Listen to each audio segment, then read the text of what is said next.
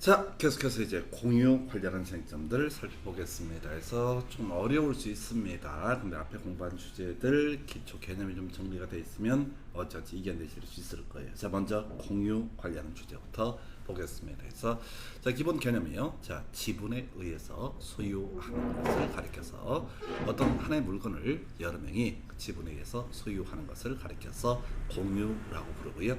앞에서 뭐 지겹게 해왔지만은 이 공유라는 개념이 성립하기 위해서는 지분 자체가 등기부에 표시가 돼야 된다. 야 해서 요게 공유의 기본 개념이 되겠습니다. 자, 31회인가 30회인가 엽기적인 문제 나왔죠. 준공유라고 하는 거에서 소유권을 지분에 의해서 소유한다. 자, 이게 이제 용어에 관한 부분인데 물건이다, 부동산이다라고 얘기를 하게 되면요, 그건 소유권을 의미하게 됩니다. 자, 그런데 우리가 뒤에서 공부하겠지만은 우리가 본권의 종류에는 소유권 외에도 지상권, 지역권, 전세권, 저당권, 유치권 뭐 이런 것들이 존재할 수 있게 됩니다. 자, 그래서 자, 만약에 지금 나머지 물권인 지상권, 지역권, 특히 지역권 파트에서 공유가 이슈가 되는데 이런 것을 공유를 하고 있다라고 하게 되면 여러 명이 나눠서 지분에 의해서 소유하고 있다라면 이걸 준공유라는 용어를 쓰게 됩니다. 그래서 소유권 외 재산권을 여러 명이 지분 형태로 공동으로 소유하는 경우라고 이렇게 되어 있고요. 자, 그래서 준공유에 대해서는 우리가 앞으로 공부하게 될 공유에 관한 규정을 준용한다 이렇게 되어 있습니다. 물론 뒤에까지는 뭐 큰 이슈는 안 되겠고요. 소유권 외 재산권, 지상권, 지역권, 전세권, 저당권, 유치권 이런 것들이 소유권 외 재산권에 해당이 되게 됩니다. 준공유 좀 엽기적인 게 한번 출제가 됐었고요. 자, 그래서 뭐 제가 누차 말씀을 드리지만 우리 교재라고 하는 것은 시중에 나와 있는 일반적인 수험서와 전혀 다릅니다. 한 20년 동안 시험에 다뤄졌던 쟁점들 또는 경우에 따라서 약간 업그레이드, 많이 안 해요. 자, 약간 업그레이드 시켜서 기본적인 맥락 등을 좀 쉽게 파악하기 위해서 이렇게 교재 구성이 돼 있어요. 자, 그래서 이제 공유에 있어서의 기본 틀을 보겠습니다. 지분권자라는 개념이 존재했었죠. 이 지분 자체는 등기부에 표시가 되게 됩니다. 그래서 자, 지분 처분의 자유, 이건 뭐 이미 설명드렸었죠. 그래서 공유자, 다른 공유자의 동의 없이 자신의 지분 처분할 수 있습니다. 형식은요, 지분 이전 등기 형식을 취하게 된다. 이렇게 정리를 하게 됩니다. 그 다음에 이제 지분 포기. 자, 이 지분 포기라고 하는 거 나중에요, 우리가 제일 뒤에서 공부하게 이렇게 물권법 총론 파트에서 바로 권리의 포기라는 개념이 있게 됩니다. 자, 그래서 자, 지분이라고 하는 것도 소유권의 한 일부죠. 그래서 무슨 얘기를 하려고 하냐면 결국은 이제 우리가 공유라는 개념이 성립할 때도 등기라고 하는 것이 필요했었죠. 그래서 기존 공유자 지분을 승계 취득한다 그러면 지분 이전 등기 문제로 간다고 했었고요. 물권의 포기라고 하는 것은 기본적으로 포기 의사표시 외에 등기라고 하는 외부에 공시가 돼야 됩니다. 그래서 지분 포기에 관한 개념 볼까요? 공유자가 자신의 지분을 포기했을 때 등기해야만이 포기의 효력이 발생하게 됩니다. 자, 예를 들어서 이런 경우죠. 갑이 50% 지분을 가지고 있고 을이 25%, 병이 25%의 지분을 가지고 있다. 자, 그랬을 때, 자, 갑이 자신의 지분을 누구한테? 을과 병에게 반반씩 이전해 줄 수도 있습니다. 이건 지분 이전 등기 문제로 가는 것이고요. 만약에 갑이 자신의 지분을 포기한다라는 의사 표시를 하고 이 내용을 등기부에 입력하게 되면 이 50%의 지분은 나머지 공유 지분 비율에 따라서 다 각 공유자에게 귀속되게 됩니다. 그래서 이게요, 일반적으로 단독 소유권이라고 하는 거, 자, 단독 소유권 그런 사람이 있을까 싶기는 하지만은 소유권이라는 거 등기 등을 통해서 취득을 했잖아요. 이 소유권을 포기하게 되면은 그때는 무슨 문제가 발생하냐면 등기가 됐다고 했을 때 국가에 그 재산이 귀속이 되게 됩니다. 근데 공유에 있어서는 자, 어떤 공유 지분권자가 자신의 지분권을 포기하고 등기까지 하게 되면은 다른 공유자에게 각 지분 비율로 귀속을 하게 된다. 자, 뒤에서 지문 하나 나왔던 것 중에 그런 게 있어요. 합의에 있어서도 지분이라는 개념이 있다고 했었고요. 합의에 있어서는 지분 포기라고 하는 것을 했다라고 하게 되면 이때는 지분 비율이 외부에 표시가 되지 않기 때문에 다른 합의자에게 그냥 그 권리가 귀속이 되게 됩니다. 그래서 이 국가재산이 국유재산이 되는 것이 아니다라고 하는. 그 다음에 이제 지분 포기에 있어서도 등기라는 개념이 필요하다라고 하는 것을 강조를 드립니다. 자, 공유자가 상속인 없이 사망했을 때 등기를 하게 되면 그 지분이라고 하는 것은 다른 공유자에게 각 지분 비율로 귀속한다. 똑같은 논리 구조예요. 자, 우리가 단독 소유권을 가지고 있습니다. 상속인 없이 사망하게 되면 그때는요, 바로 누구한테? 국가에 그 권리가 기속이 되게 됩니다. 그래서 지분 포기라든가 상속인 없는 사망 이런 사유 등이 있을 때 물론 등기라는 요건을 충족을 해야 되지만 이 단독 소유권에 있어서는 국가에다 귀속이 되는 데 비해서 공유에 있어서는 이때는 뭐라고요? 각 공유자, 다른 공유자에게 각각의 지분 비율로 그 공유자의 지분이 귀속이 되게 된다. 그래서 단독 소유와 공동 소유 중에서 공유라는 개념 비교해서 봐야 될 테고요. 합의에 있어서도 지분 포기하게 되면 바로 등기해야 된다. 근데 등기 형식은요, 뭘 한다고요? 바로 합의 명의 변경 등기라고 하는 것을 통해서 합의 지분 포기할 수 있습니다. 좀 오래전 문제인데 합의 지분의 포기라고 하는 거 등기해야지 자 다른 합의자에게 그 권리가 귀속이 되게 된다. 이런 좀 어려웠던 주제도 있었습니다. 그래서 나중에요 물건을 포기할 때 또 한번 이 얘기를 하게 될 겁니다. 자, 그렇다 치고요. 세 번째 이슈 가서 볼까요? 공유물의 분할, 자 기본 상식이었었죠. 그래서 분할 청구할 수 있었고요. 자 그랬을 때 협의가 잘 되면 그걸 협의에 의한 분할 청구를 했는데 자 땅 쪼개자라고 했는데 다른 공유자가 협조를 안 한다라고 하게 되면 또는 의견의 일치, 의사의 합치가 없다라고 하게 되면 법원에 의해서 이 공유물의 분할이라는 것이 이루어지게 되죠. 그래서 어찌겠게 했던 얘기 바로 공유물 분할 판결, 형성 판결이라는 용어를 쓰게 됩니다. 먼저 협의 분할이요. 예, 등기해야지 단독 소유권 취득하게 됩니다. 자, 한편 공유물의 분할을 함에 있어 이미 본 것처럼 재판에 의한 분할 또는 형성 판결에 의한 분할 등에 있어서는 바로 등기를 하지 않더라도요 법원의 판결문이 확정되게 되면 예 그대로 단독 소유권 취득합니다. 자 예를 한번 들어보겠습니다. 갑이라는 사람이요 자 소유하고 있는 지분이 50% 을이 50%의 지분을 가지고 있다. 자 이만큼의 X 토지가 됩니다. 갑이 을을 상대로 을이 갑을 상대로 분할 청구 등을 했다고 하십시다. 그래서 A와 B라는 토지 두 개로 쪼개졌다고 하십시다. 자 토지 분할이라고 하는 것이 이루어지게 되면 A 토지 등기부에 어떻게 표시가 되게 되는 거죠? 자, 갑이 50%의 지분, 을이 50%의 지분을 가지고 있다고 표시가 되고요. B 토지에도 갑이 50%의 지분, 을이 50%의 지분을 가지고 있다고 표시가 되게 됩니다. 자, 근데 이렇게 A, B 두 개 토지로 분할을 함에 있어서 협의에 의해서 분할을 했다라고 전제가 이루어지게 되면 만약에 갑이 A 토지를 갖기로 하고 을이 B 토지를 갖기로 협의가 이루어졌다라고 전제를 해보겠습니다. 자, 그럼 두 사람 의사의 합치가 있고 토지 분할이 이루어지고 이 토지가 A 토지와 B 토지로 분리가 됐다라고 했을 때, 자, 갑이 A 토지의 단독 소유권을 언제 취득하느냐라고 했을 때 을에서 갑으로의 지분 이전 등기 이루어져야 되고요. 또 B 토지에 관한 소유권을 을이 취득하게 되는 시기는 갑에서 을로의 지분 이전 등기가 이루어져야만이 각각 단독 소유권을 취득할 수 있습니다. 그러나 만약에 이것이 형성 판결, 재판에 의한 분할이라고 전제가 되게 되면 A 토지에 현재 지분권 표시가 갑이 50%, 을이 50%의 지분으로 되어 있다 치고 B 토지에 갑이 50%, 을이 50%의 지분을 가지고 있다고 할지라도 지분 이전기를 하기 전이라 할지라도 갑은 A 토지에 단독 소유권 취득하고요. 을은 B 토지에 단독 소유권을 취득을 하게 됩니다. 이게 이제 그래서 민법 186조 법률 행위에 따른 부동산 물권 변동과 민법 187조 법률 규정에 따른 부동산 물권 변동 이 두 개 비교할 때 가장 많은 출제 쟁점이 되는 것이 협의에 의한 분할이냐 또 재판에 의한 분할이냐라고 하는 것이 하나의 쟁점이 되게 됩니다. 그래서 자 지분권자요 지분 처분의 자유 있었던 것이고요. 지분 포기라든가 상속인 없이 사망했을 때 등기가 이루어져야지 다른 공유자에게 지분 비율로 귀속이 되게 될 테고 지분권자는 공유에 있어서 지분권자는 공유물의 분할 청구라고 하는 것도 할 수가 있습니다. 그래서 이게 이제 공유에 있어서 지분권자의 권리랄까요? 요 정도의 내용으로 판단을 할 수가 있습니다. 자, 이제 검토 드리게 될 주제 불분할 약정, 별 내용은 아닌데요.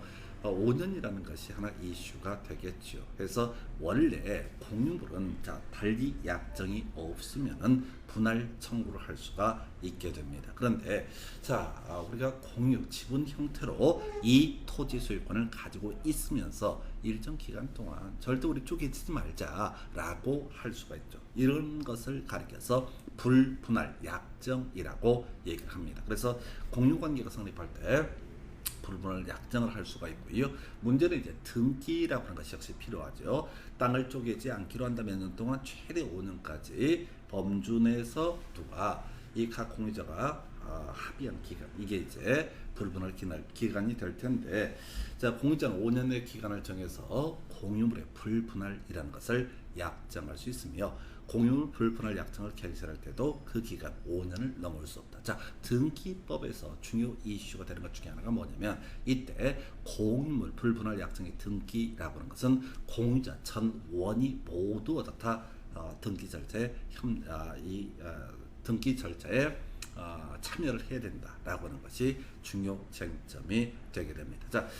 근데 이 공유물 불분할 하기로 약정을 해놓은 상태에서 등기를 하지 않았다라고 했을 때 대외적으로 이 권리를 주장할 수 없습니다. 무슨 얘기냐면 갑과 을이 X 토지에 대해서 갑이 50%, 을이 50%의 지분으로 이 토지를 승계 취득 매입을 하게 됩니다. 그러면서 불분할 하기로 최대 5년까지 범주에서 이 토지를 분할하지 않기로 약정을 하게 됩니다. 근데 이 내용, 땅을 쪼개지 않겠다라는 뜻을 약정만 하고 등기부에 입력을 안 했다라고 했을 때, 문제는 을이 누구한테 병이라는 사람에게 이 지분권을 팔았다고 했을 때, 병은 갑에 대해서 뭘 주장할 수 있다? 분할 청구라고 하는 것을 할 수가 있게 됩니다. 이걸 문장으로 표현하면 공유물 분할 금지 특약이라고 하는 것을 등기부에 입력을 하지 않았다, 등기하지 아니한 경우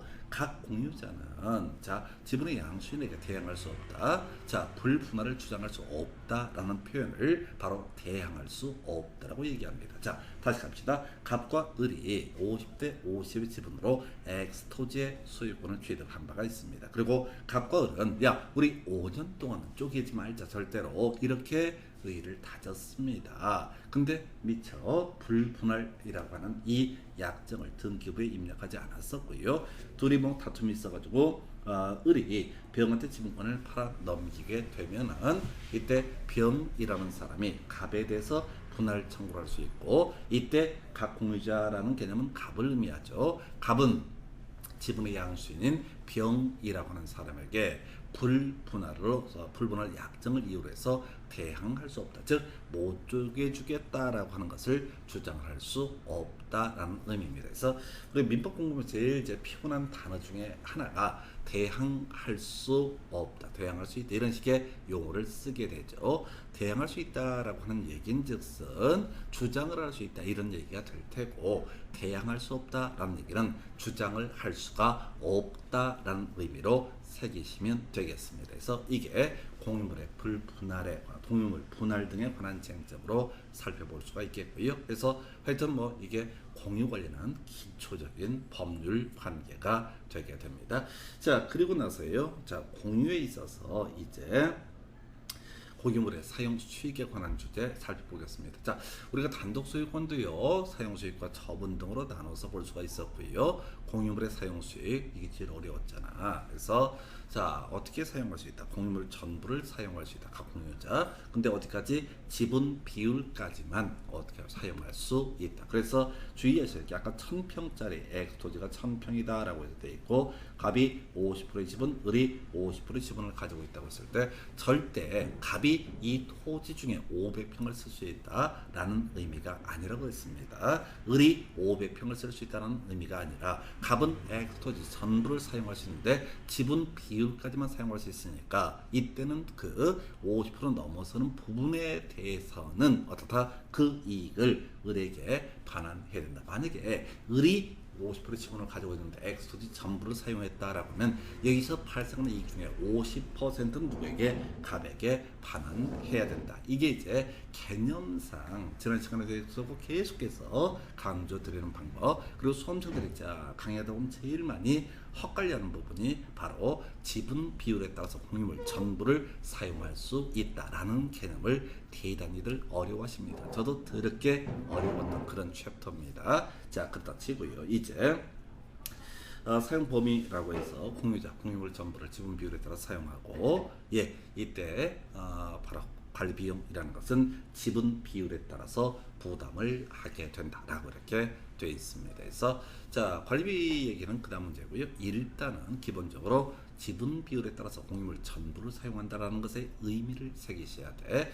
자, 그다음에 공유물의 보존행위 공유자 각자가 할 수 있다. 뭐 이런 거 나와 있습니다. 그래서 자, 이 얘기는 이제 구체적으로 나중에 보존 행위의 내용으로서 반환 청구 이런 것들을 논의를 합니다. 자, 우리가 소유권을 가지고 있다라고 했을 때 소유권을 지켜내기 위해서 발생했던 개념이 소유권이 물권적 청구권이라는 개념이 되게 될 테고, 공유도 소유의 일종이 되게 되죠. 자, 공유물 전부를 지분 비율에 따라서 사용할 수 있다라고 되어 있는데, 나의 사용 권능을 제3자 또는 다른 공유자가 침해한다라고 했을 때, 그 공유물의 반환 청구 이런 것들이 바로 보존 행위의 일종이 되게 됩니다. 또 등기부가 불법적으로 제3자 등이 넘어갔을 때 등기 말소 청구를 한다라든가 이런 것 자체가 바로 보존 행위의 일종이 되게 됩니다. 그래서 이제 살을 붙여서 가볼까요? 지금 공유자, 공유물 전부를 지분 비율에 따라 사용 수익하고 지분 비율에 따라서 관리 비용을 부담한다라고 이렇게 되어 있었는데요. 지금 갑도 50%의 지분, 을도 50%의 지분이라고 했을 때 서로 내가 사용을 하겠다. 그리고 남는 이게 50%를 상대방이 주겠다. 이렇게 다툴 수가 있잖아요. 그래서 우리 민법에서는 관리 특약이라는 개념을 만들어냅니다. 그래서 공유물 관리에 관한 사항은 지분의 과반수로 결정을 하게 된다. 그래서 만약 갑이 60%이고 을이 40%다. 그러면 갑이 사용할 수 있다? 아니요. 갑이 결정을 할 수 있다라는 의미가 되게 됩니다. 자, 그래서 지분의 과반수. 그러니까 이런 데이터에서 50대 50일 때는 과반수란 개념이 있을 수 없죠. 아사리판이 되어버립니다. 자, 그래서 일단은 지분의 과반수를 가지고 관리에 관한 사항을 결정한다. 이 관리에 관한 사항은 누가 이 공유물을 사용 수익을 할 것이냐 이런 것들도 공유물의 관리에 관한 사항이 됩니다. 자, 나중에 공유물의 처분 변경하고 관리라는 개념을 비교해야 되는데, 관리라고 하는 개념 자체는 뭐라고요? 공유물의 어떤 물리적인 변경 등이 없는 상태를 가리켜서 관리라고 부릅니다. 그래서 이용을 누가 할 것이냐 이런 것이 바로 관리에 관한 사항이 되게 됩니다. 자, 그래서 지금 공유물 관리에 관한 사항은 지분의 과반수로 결정한다고 되어 있어. 그래서 예를 들어서 갑이 60%, 을이 40%다라고 이렇게 해보겠습니다. 아니, 좀 더 극단적으로 한번 예를 들어볼까요? 자, 어떤 사안이 있을 수가 있냐면 갑이요 지금 99%의 지분을 가지고 있다라고 한번 해보도록 하겠습니다. 갑이라는 사람이 99%의 지분을 가지고 있다. 자, 그래서 갑이 99%의 지분을 가지게 될 것이고 을이 1%의 지분을 가지고 있다. 자, 그러면 이제 관리 특약, 관리 규약이라고 하는 것을 결정함에 있어서 사실은 누구 마음대로 결정할 수 있어요? 갑 마음대로 결정을 할 수가 있게 됩니다. 그래서 어떻게 결정을 하냐면 갑이 사용하는 것으로 결정을 하는 것이 아니라 갑 마음이니까 을이 사용하는 것으로 결정을 할 수가 있습니다. 자, 이게 이제 이름하여 뭐가 문제가 되느냐라고 했을 때 바로 관리 특약이 공유 지분권의 본질적 부분을 침해하는 경우 그 공유지분의 특정 승계인에 대해서 효력이 미치지 않는다. 자, 예를 다시 보겠습니다. 갑이 99%, 을이 1% 지분을 가지고 있다. 그리고 관리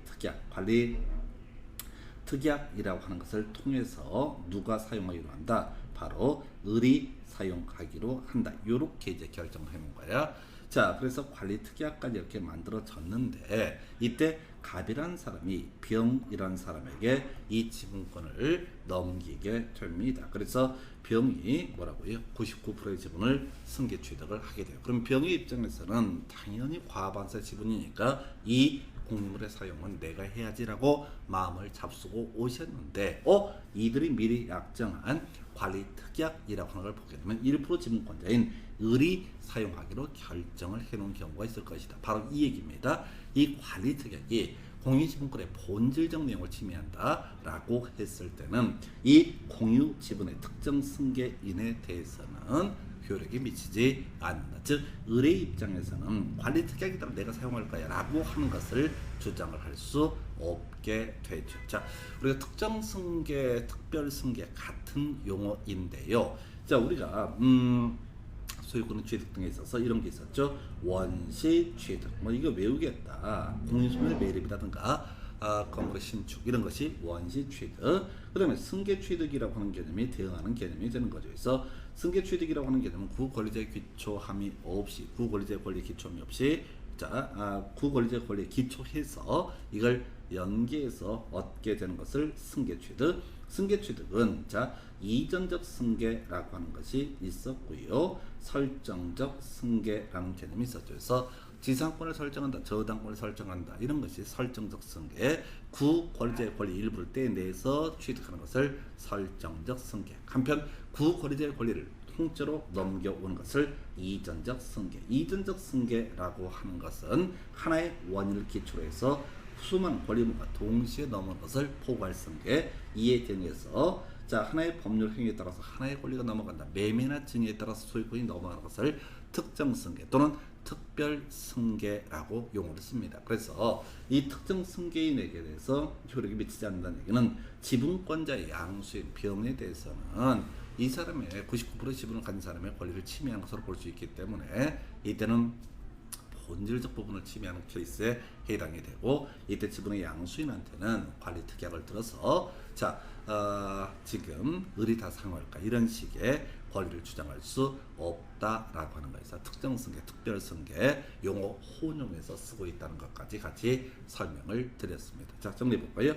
공유자, 지분 비율, 공유물 점유를 지분 비율에 따라서 사용 수익할 수 있다라고 하는 거. 서로 다툼이 발생할 수 있겠네요. 이때 이 공유물의 관리에 관한 사항은 지분의 과반수로 결정을 하게 되는데, 아까 말씀드린 것처럼 상한치는 케이스가 있겠다. 관리 특약이 공유 지분권의 본질적 부분을 침해하는 경우, 이때 그 지분권의 특정 승계인에 대해서는 효력이 미치지 아니한다라고 하는 거에서 하여튼 어렵습니다. 만만치가 않아요. 그래서 저희 딸내 고1인데 얘가 어저께 뭘 고민하냐면 고전문학이 맞나? 하여튼 간에 이거를 선택 과목을 할 건지 영미 문학사를 선택 과목을 할 건지 해서 요는 고전문학이라고 하는 거 더럽게 어렵죠. 어렵다는 얘기가 뭐냐면은 그걸 한국말로 인식을 하면 안 돼요. 그 한국말 아닙니다.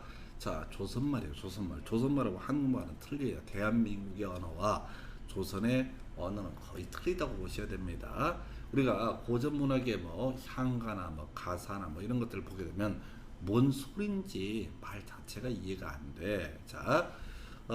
지금의 문법과도 전혀 안 맞아요. 지금 이 얘기를 왜 하냐면은 조선시대 이런 시대 문학을 공부를 할 때 그걸 한국말로 인지를 하고 읽어서 이해가 될 거라고 생각하는 것은 가당치도 않다. 그래서 영어라고 생각하고 외국어라고 생각하고 공부를 하게 되면 좀 나아져요. 접근 방법의 출발점 자체가 문제야. 지금 무슨 얘기 하려고 하냐면, 지금 우리가 배우고 있는 민법이란 과목의 특징이 뭐냐면 벌써 기본이 50년 전 또는 100년 전 단어들입니다. 문장입니다. 그러니까 여러분들은 이것을 한국말로 생각하면 안 돼. 그래서 단어 하나하나 특정 승계인 뭐 이런 것들까지도 하나하나 공부를 하셔야 됩니다. 그래서 관리 특약에 관한 주제 설명드렸고요. 그 다음에 이제 아까 우리 이제 공유물의 보존행위 공유자 각자가 할 수 있다. 뭐 이런 거 있었죠. 그래서 지금요 갑이라는 사람이 자 50%의 지분, 을이라는 사람이 50%의 지분을 가지고 있다라고 했을 때 갑은 공유물 전부를 지분 비율에 따라 사용할 수 있고 을은 공유물 전부를 지분 비율에 따라서 사용할 수 있다.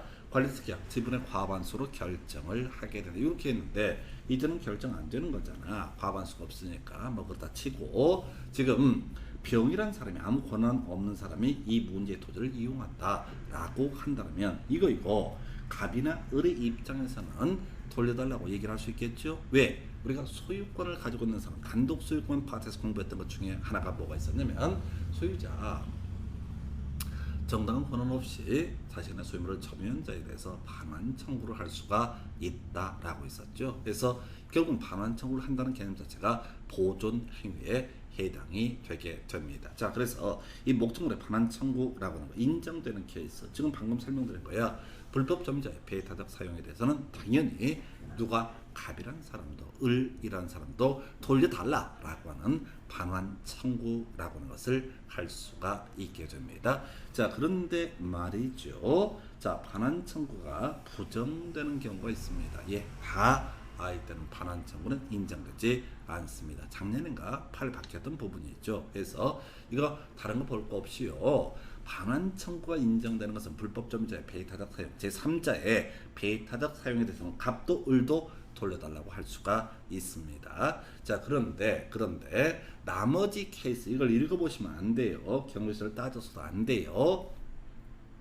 이 전체를 뭉뚱그려서 거의 1시간 반 동안 설명드릴 이 내용을 묶어서 지문 5개를 구성을 하고 그걸 쭉쭉쭉 보면서 여러분은 문제를 푸셔야 됩니다. 그래서 반환 청구라고 하는 개념이 있게 되면 딱 한 가지입니다. 불법 점유자의 배타적 사용에 대해서는 어떻다 반환 청구라고 하는 것을 인정이 되게 됩니다. 왜? 보존 행위니까. 갑도 을도 당연히 변이라는 사람의 불법 점유에 대해서는 사용에 대해서는 반환 청구할 수 있습니다. 그런데 나머지 경우에 있어서는 어떻다 모두 반환 청구가 인정되지 않는다. 예를 들어서 갑이 70% 지분을 가지고 있고 갑이 자 어떤 토지에 대해서 갑이 70% 토지를 가지고 있고 을이라는 사람이 30%의 지분을 가지고 있다. 자, 근데 을이 뭐랬어요? 공유물 전부를 사용을 하고 있다. 그럼 법리적으로 봤을 때 을은 전부를 사용할 수는 있지만은 70% 이익 중에서 이 사용을 통해서 얻게 되는 이득 중에서 70%를 갑에게 반환해야 된다라고 이렇게 정리할 수 있습니다.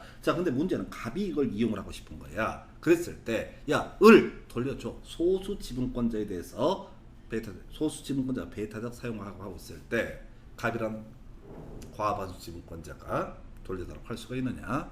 옛날에는 됐던 적도 있습니다. 판례에서. 근데 지금은 허용되지 않습니다. 이건 일정한 이득을 돌려주면 되는 것이지 목적물 자체를 반환할 필요는 없습니다. 또는 과반수 지분권자가 배타적 사용 70%짜리가 전부를 사용을 하고 있다. 그랬을 때 을이라는 사람의 보존 행위로서 공유물의 반환 청구를 할 수가 있을 것이냐? 허용되지 않습니다. 그래서 이걸 설명을 하나하나 들여봐봤자 대가리 빠개져, 포개져, 정말 정신이 없어져. 키워드 반환 청구라고 하는 것은 딱 한 가지 불법 점유자의 배타적 사용에 대해서만 반환 청구를 할 수가 있다. 요렇게 가셔야 돼. 요걸 케이스 바이 케이스로 하나하나 이렇게 공부를 하시게 되면은 예, 공부하시는 과정에서는 뭔가 좀 알아가는 그 느낌 심상치가 않아. 내가 의외로 법 공부가 선순가 이거 재밌다. 예, 시험 보러 가셔서는 아무런 보탬이 되지 않습니다. 시험이라고 하는 건 거의 스피드 퀴즈 같은 개념이야. 우리가 TV 같은데 예능 프로 보게 되면 막 넘기잖아요. 그때 속없이 곰곰이 생각한다. 또라이 되겠습니다. 여러분도 그렇게 또라이 되시면 안 돼. 그냥 반환 청구 딱 하나 불법 점유자의 배타적 사용에 대해서는 반환 청구를 할 수가 있다. 나머지 반환 청구는 모두 허용되지 않는다. 이렇게 심플하게 가주실 것. 자, 그 다음에 이제 부당이득 반환 청구라고 하는 거. 자, 앞에서 공유자, 공유물 전부를 지분 비율에 따라서만 사용 수익할 수 있다라고 설명을 드렸습니다.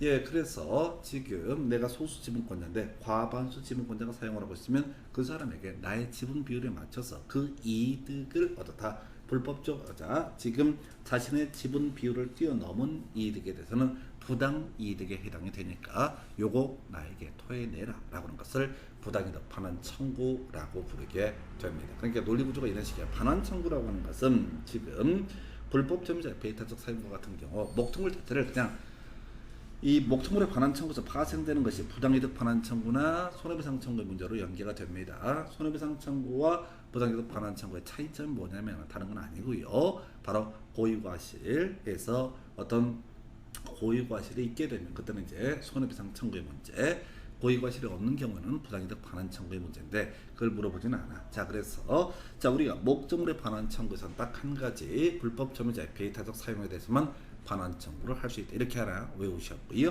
그러니까 시험 문제 나중에 풀어볼 때는 반환 청구할 수 있다 이런 식의 명제가 나오면은 그때는 그 앞에 불법 점유자의 배타적 사용이 들어갔을 때만 오른편이 되게 됩니다. 자, 부당이득 반환 청구 인정되는 케이스와 부인되는 케이스로 구분해서 확인을 해보겠습니다. 먼저 이건 조금 분석을 해볼까요?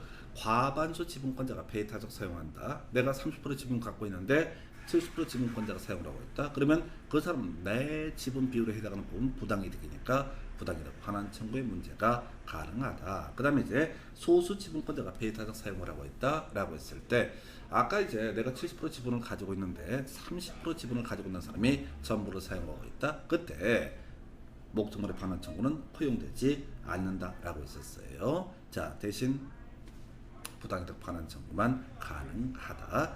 자, 소수 지분권자 임차인이 배타적으로 사용을 하고 있다. 또는 불법 점유자의 배타적 사용 등등등에 있어서는 소위 부당이득 반환 청구 모두 허용됩니다. 외우셔야 되죠. 과반수 지분권자의 임차인의 배타적 사용 이 부분은 소위 부당이득 반환 청구가 허용되지 않습니다. 사안 설명드리겠습니다. 지금 목적물의 반환 청구가 허용됐던 게 불법 점유자 얘기. 그 다음에 이제 부당이득 반환 청구가 허용되는 걸 외우는 게 아니라 인정되는 걸 외우는 게 아니라 부인되는 걸 외우셔야 돼. 과반수 지분권자 임차인의 배타적 사용이라고 해서 가볼까요? 갑이 70%의 지분, 을이 30%의 지분을 가지고 있는 공유 관계가 되겠습니다. 자, 그런데 말이죠. 병이라고 하는 사람이 갑과 계약, 임대차 계약을 체결해서 이 사람이 임차인이 되는 거야. 이것을 전부를 사용을 하고 있다라고 해보겠습니다. 자, 원래 이제 공유자 지분 비율에 따라서 공유물 전부를 사용할 수 있다라고 되어 있었는데, 자, 이 병이라는 사람을 한번 볼까요? 이 사람이 부당이득을 얻은 게 있는가를 먼저 검토를 해보셔야 돼. 자, 지금 분명히 병이라는 사람은 갑에게 차임, 임대료를 지불을 했을 겁니다. 그러니까 이 과반수 지분권자의 임차인이라고 하는 사람은요, 자, 뭐라고요? 부당이득을 얻은 게 없습니다. 그래서 이 사람에 대해서는 어떻다? 원래 이제 갑이 전부를 사용할 수 있는 것이죠. 관리 특약을 통해서 갑이 사용하는 것을 결정을 하게 되면 당연히 어떻다? 갑이 사용할 수 있고 이 사람한테 정상적으로 이익을 내자 차임을 지급했던 병이라는 사람, 자, 당연히 임대차가 유효하기 때문에 당연히 과반수 지분권자 임차인을 사용할 권능이 있습니다. 자, 그러면 이제 소수 지분권자 입장에서는 과반수 지분권자 임차인의 배타적 사용 부분에 대해서 이 을의 입장에서는 병을 상대로 부당이득 반환 청구를 하는 것이 아니라 누구를 상대로? 갑을 상대로 부당이득 반환 청구. 차임 100만 원 받았다며 나 30% 지분 30만 원 나한테 다오라고 하는 거, 요것은 가능하지만 누구한테? 바로 병이라는 사람한테 직결적으로 가서 너 어떻게 해라, 나한테 부당이득 반환 청구해라. 이것은 허용되지 않는다. 이게 더럽게 어려워요. 그래서 여러분들은 기계적으로 외우시면 대박이 되게 됩니다. 자, 목적물의 반환 청구, 불법 점유자의 배타적 사용에 대해서는 이때 반환 청구라는 것을 할 수가 있게 됩니다. 자, 그리고 나서요, 부당이득 반환 청구. 자, 유일하게 부인되는 케이스를 외워야 돼. 그게 과반수 지분권자 임차인의 배타적 사용. 이 부분에 대해서는 뭐야? 부당이득 반환 청구라고 하는 거 허용되지 않는다. 왜? 과반수 지분권자 임차인은 과반수 지분권자에게 이미 차임을 지급했어. 그러니까 이 아이한테는 부당이득 반환 청구라는 것은 허용되지 않는다. 이렇게 가셔야 돼. 그래서 사실은 이제 목적물의 반환 청구라든가 부당이득 반환 청구 또는 손해배상 청구 대단히 어려운 파트예요. 이걸 경우의 수 케이스 바이 케이스로 하나하나 분석을 해가다 보면 시험장에서 10초 안에 그 복잡스러운 시문에서 막 머리가 돌아가면서 해석을 해내고 해당이 되고 한다 이렇게 하면 너무 어려워집니다. 문제 못 풀어요. 그래서 요거 하나 이렇게 끊어서 기억을 해 주실 거. 자, 공유물의 사용 수익에 관한 주제 설명드렸고요. 하나 더 살펴보실 것이 바로 공유물의 처분 변경이라고 하는 거. 자, 앞에서 우리 사용 수익 관리라고 하는 개념과 유사한 개념이었었고, 이건 이제 물리적으로 봤거나 법적으로 봤을 때 그 공유물로서의 존재 그 자체는 건드리지 않는 것이죠. 이에 비해서 공유물의 처분이라고 하는 것, 변경, 처분이라고 하는 것은 이런 개념이죠. 자, 공유물 전체 소유권을 제3자 등한테 넘어갔다 또는 공유자 중 일부에게 넘어갔다. 이것이 공유물의 처분에 관한 주제가 되게 될 테고, 변경은 간단합니다. 나대진 공유지에다가 건물을 신축하는 것을 공유물의 변경이라고 부르게 됩니다. 그래서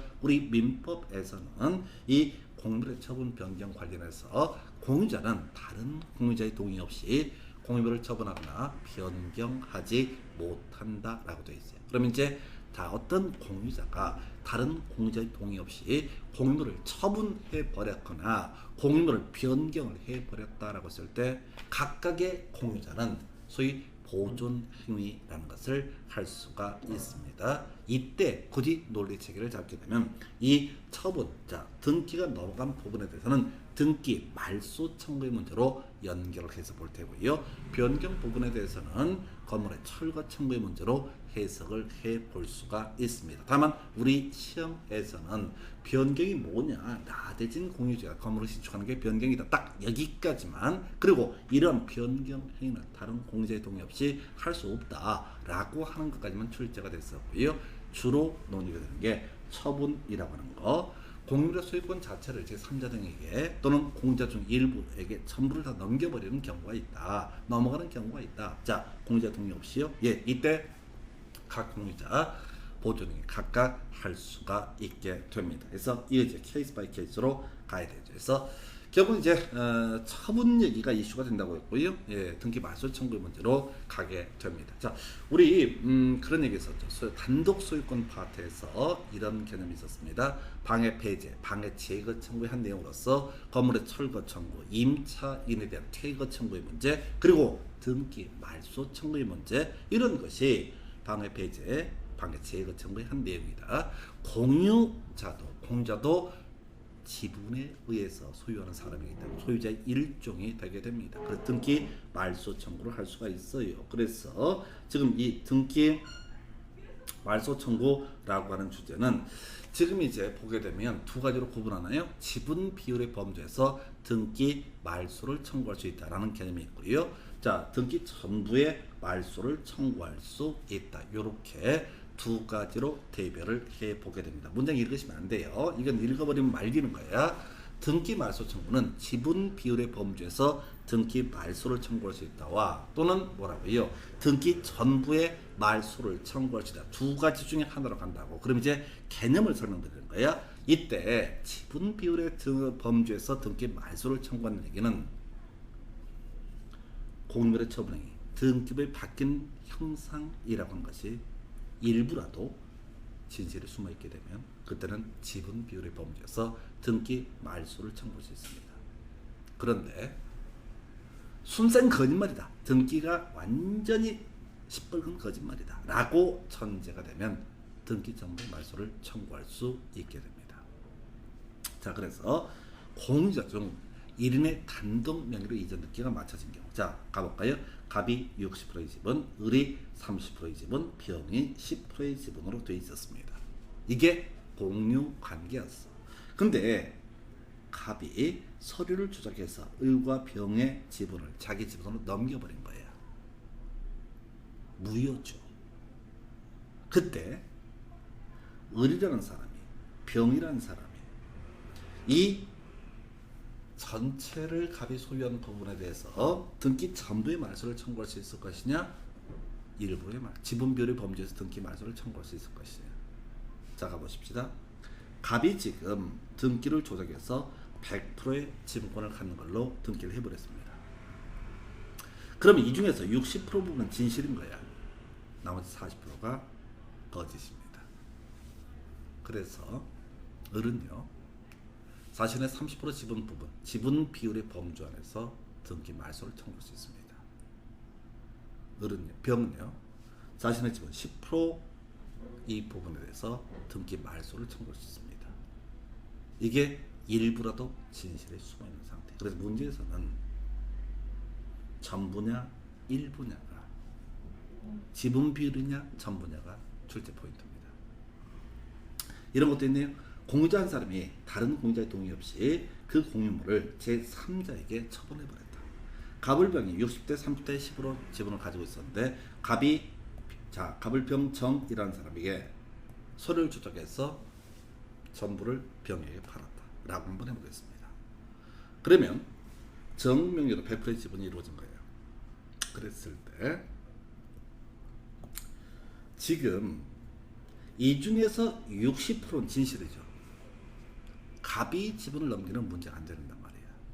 그래서 을은 정명의 등기 중에서 30% 지분 부분에 대해서 다 말소 청구를 할 수 있습니다. 병은 자신의 지분 10% 범주 내에서 등기 말소 청구를 할 수 있게 됩니다. 그러면은 여기까지 하셨어.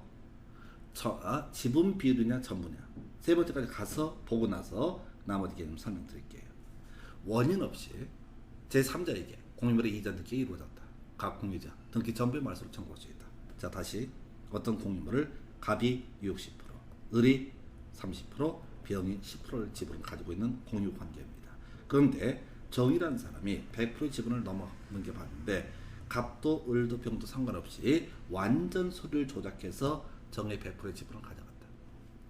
그러면 병은 전부가 거짓말이니까 10% 비율 범주에서 등기 말소를 청구하는 것이 아니라 다른 사람, 갑과 을을 위해서 등기 전부의 말소를 청구한, 등기 전부의 말소를 청구하는 경우에는 다시 등기부가 갑이 60%, 을이 30%, 병의 10%의 지분 형태로 등기가 되는 것. 이걸 우리가 등기 전부의 말소 청구로 부릅니다.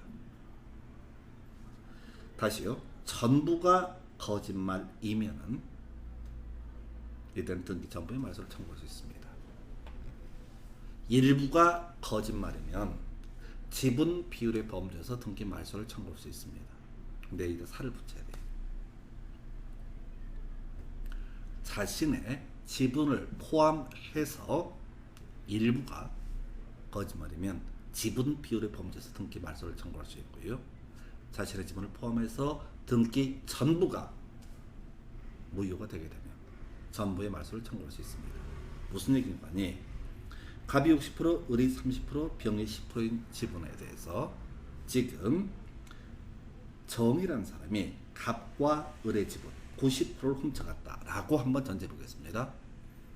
그러면 갑은 자신의 지분 비율 범주에서 어떻다? 등기 말소를 청구할 수 있다. 을은 30% 지분 범주에서 등기 말소를 청구할 수 있다. 뭐 여기까지는 그렇다 쳐. 약간 지금 헷갈릴 수 있는데 그건 따지지 마시고, 병은 자신의 지분이 안 넘어갔어. 어떤 이유로? 병이 등기 말소를 청구할 수 있을 것이냐? 요건 허용되지 않습니다. 자, 요건 이제 대단히 어려운 주제고요. 자, 요건 이렇게 가십시다. 다시 갑이 60%, 을이 30%, 병이 10%.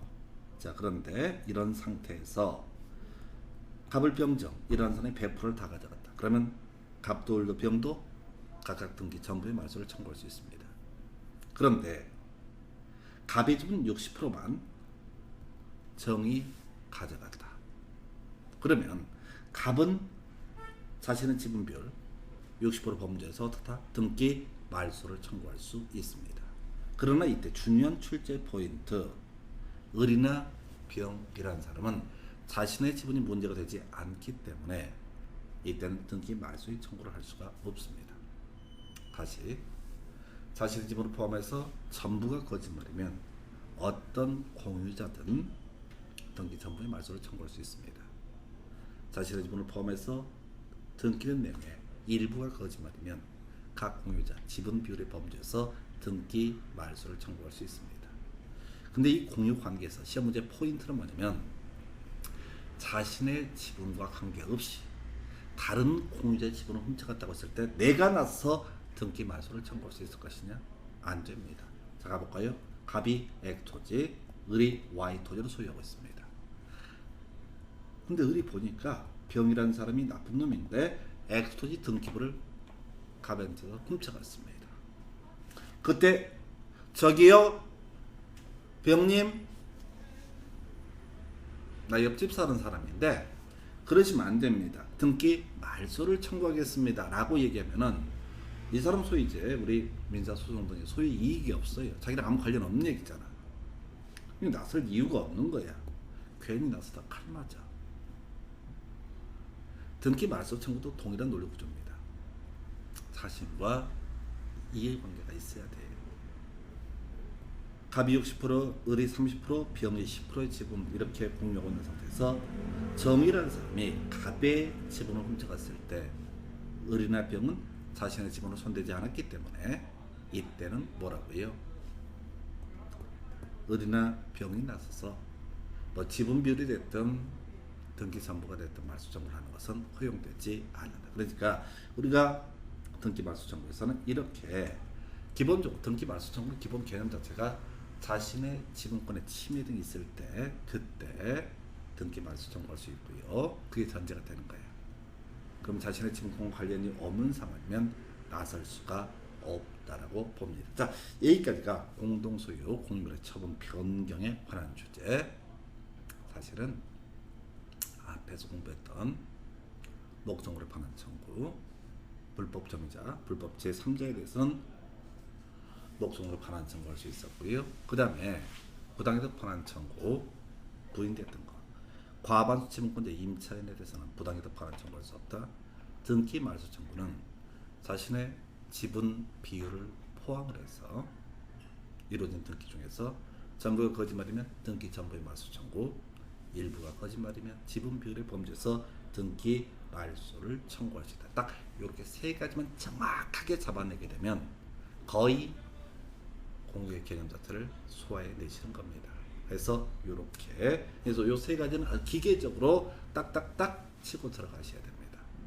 요즘 잘 많이 안 내요. 어찌됐든 간에 이건 언제든지 과거에 도배하듯이 출제했던 그런 문제입니다. 그리고 대부분의 수험생들이 지금 더럽게 길어가지고 읽지도 못해. 방법이 뭐야? 뒤를 봐야 돼. 반환 청구, 등기 말소 청구, 그리고 부당이득 반환 청구 또는 손해배상 청구 이렇게 뒤에 있는 단어를 보시고 나서 대입하는 방식으로 접근해야지 이 문제를 쉽게 해결하실 수 있습니다. 그래서